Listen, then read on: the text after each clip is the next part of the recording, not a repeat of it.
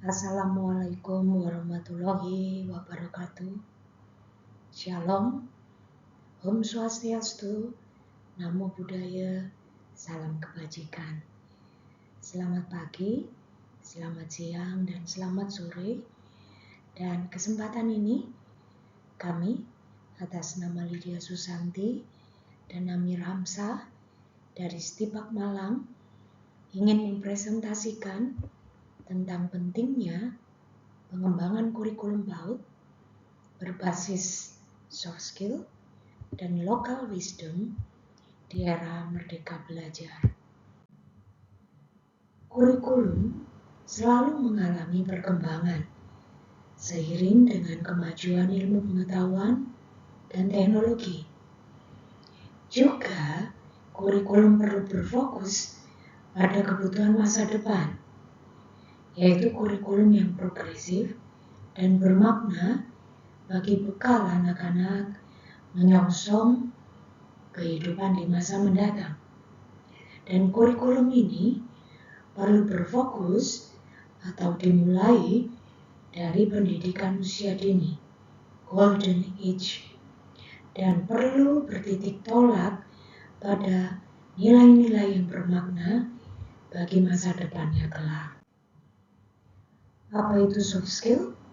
Secara umum, soft skill merujuk pada keterampilan dan sifat pribadi yang melibatkan kemampuan interpersonal, kepemimpinan, komunikasi, serta kemampuan untuk bekerja sama dan menyelesaikan masalah.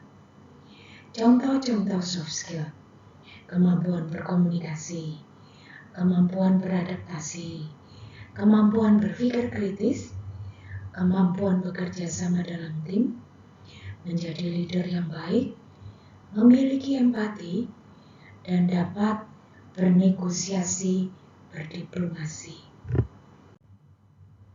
Beberapa penelitian tentang kurikulum soft skill yang diasumsikan dapat menjawab kebutuhan 28th century. Penelitian Holubenga 2022 yang menyatakan bahwa kurikulum perlu mengadopsi atau mengakomodasi soft skill agar dapat menjawab kebutuhan masa depan peserta didik. Penelitian Maulana 2023 dalam dunia bisnis, dia mengatakan bahwa kurikulum perlu mengintegrasikan dengan soft skill agar peserta didik dapat memiliki kemampuan kognitif dan kemampuan berkomunikasi yang baik. Apa itu local wisdom? Local wisdom atau kearifan lokal merujuk pada pengetahuan, nilai, norma, dan praktek yang dimiliki dan diwariskan oleh suatu masyarakat, komunitas tertentu di suatu wilayah atau daerah tertentu. Konsep kearifan lokal mencakup beberapa aspek kehidupan, seperti budaya, agama, lingkungan, dan sosial. Karakteristik local wisdom antara lain pewarisan tradisi dan budaya, pengelolaan lingkungan, etika dan norma sosial, juga nilai-nilai spiritual. Masalah-masalah yang ada, salah satunya yang dibahas pada tulisan ini adalah banyaknya perusahaan yang mendapati bahwa lulusan perguruan tinggi kurang memiliki soft skill, seperti kemampuan memecahkan masalah, berpikir kritis, berkomunikasi yang baik, dan hal ini dianggap penting untuk kesuksesan di tempat pekerjaan. Ini adalah penelitian Gavin 2020. Masalah berikutnya adalah dilihat anak-anak zaman sekarang mulai mengalami degradasi nilai-nilai budaya lokal dengan masuknya budaya asing ke Indonesia yang semakin masif di era global ini dan digital, sehingga perlu berkaca pada Japan culture. Berikutnya, metode penelitian yang digunakan pada penelitian ini adalah penelitian kepustakaan, library research, dengan langkah-langkah penelitian meliputi penetapan sumber data, teknik pengumpulan data, analisis data, dan pengambilan kesimpulan.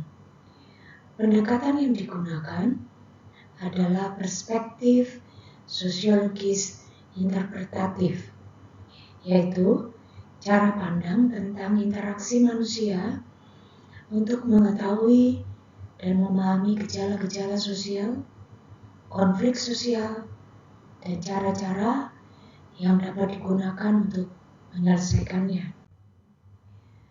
Dari tulisan ini, maka materi pokok PAUD berfokus kepada keterampilan praktis sehari-hari, keterampilan panca indera, keterampilan linguistik, keterampilan sosial dan budaya, agama dan budaya pekerti, etika dan moral, dan yang terakhir, pembentukan karakter Pancasila.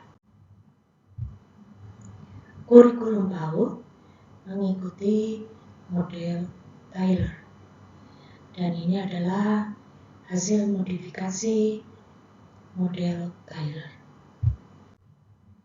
Conclusion, usia dini 0-6 adalah usia golden age, dan pada usia ini terjadi pertumbuhan fisik dan perkembangan psikis, dan pada usia ini juga mengalami perkembangan yang menakjubkan dalam kemampuan berinteraksi dengan orang tua, kemampuan berinteraksi dengan orang lain, kemampuan berpikir sensori motoris, sampai kemampuan berpikir pra-operasional konkret.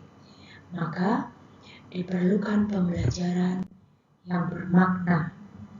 Selanjutnya, pengembangan kurikulum era merdeka belajar anak usia dini PAUD harus memperhatikan muatan pembelajaran soft skill, yaitu keterampilan praktis sehari-hari, keterampilan panca indera, keterampilan linguistik, dan local wisdom pada perkembangan psikisnya, dengan pembelajaran pada keterampilan sosial dan budaya, pengetahuan agama, budi pekerti, pengetahuan etika moral, dan pembentukan karakter Pancasila. Semoga tulisan ini boleh menolong para guru-guru PAUD, dan terima kasih, sehat selalu.